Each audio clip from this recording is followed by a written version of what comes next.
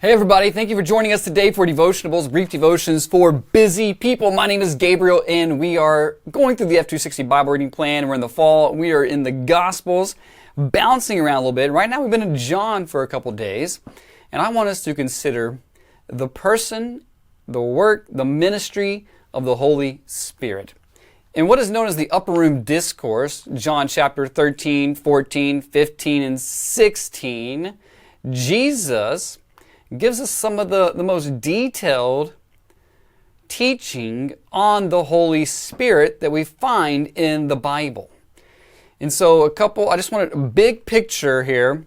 We'll look at in chapter 14, chapter 15, chapter 16. We'll just drop into a couple of these places and see what Jesus is telling his disciples in that upper room the night before he's about to be betrayed by Judas and to die. What he's teaching them about the Holy Spirit. The first thing I want us to start with is that the Holy Spirit is a person. This is the third person of the Godhead, of the Trinity. Father, Son, Holy Spirit. He is not an it. He is not an impersonal force that just energizes and empowers Christians. He is God. The Holy Spirit is God. God the Holy Spirit. The third person of the Trinity. Okay. And so you'll see Jesus refer to the Holy Spirit when he's not giving him kind of a title. He'll say he. He will do this. He will do this. He will do this. A person. The Holy Spirit is a person. And he is deserving of our love, obedience, worship, respect, right? All these things. The Holy Spirit is sent from the Father, and he is sent from Jesus. Jesus tells us. So in 14:26, I sent by the Father in Jesus' name. And in chapter 15, Jesus says, I will send the Father, and he proceeds, I will send the Spirit, Jesus says. He proceeds from the Father. So he's a person, and he is sent from the Father and from the Son. And so it's interesting to see the way that Jesus talks about and kind of the titles that he gives the Holy Spirit. Now, this is a word if you're looking there in the Greek, in the original language, parakaleo, parakalit, the one called alongside. And that's just such a wonderful word. And it's hard to kind of pin that word down. And it's a nuancing. But here I'm using the ESV. And so in verse 15 of chapter 14, I will send the helper. Right? And we see that multiple times. In verse 14:25, the helper, the Holy Spirit. In 15:26, the helper. In 16 verse 7, helper. Right? And it's the idea the Holy Spirit is coming to be a help to the disciples, to be a help to you and me. And we'll look here in a moment of all the ways that he helps and does the ministry that he does. And then I love this phrase. Jesus keeps saying the Spirit of truth.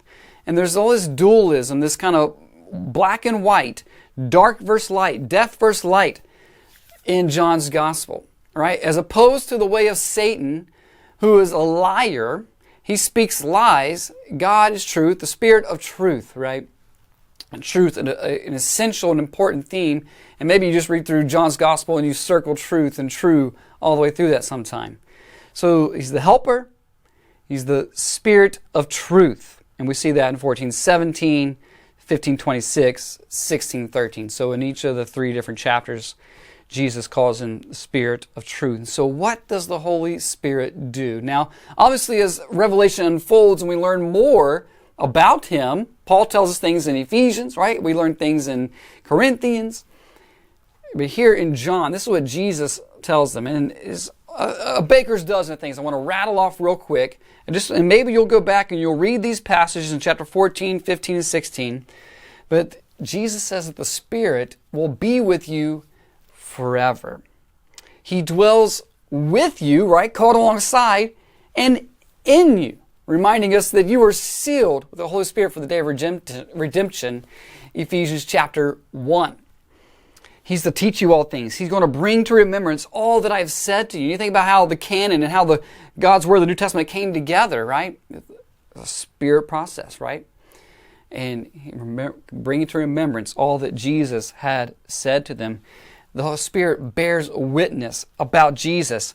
Jesus said it was more advantageous for him to go away so that he would send the Holy Spirit. When he comes, he would convict the world of sin, righteousness, and judgment. He would guide you into all truth.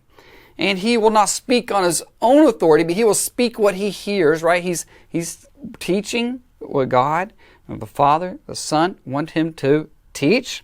And he will declare to you all the things that are to come, prophecy, things that are still remaining that will come. When you think about all the Spirit showed the revelation, it was from Jesus to John, the things that are to come. And he will glorify Jesus, and he will take all that is Jesus and declare it to you. So that's just a big overview from Jesus, just beginning to sprinkle in some of the teaching of who he was sending. He's sending the Holy Spirit. He, a person, the third person of the Trinity, and some of the things that the Spirit would do for the disciples, for the church, for the believers, for me and you, that he is a helper. He guides you in all truth. He is the comforter. Praise be to God for this most precious gift that God would give us himself. We have the Holy Spirit. Be encouraged by that truth today. God's blessings on you.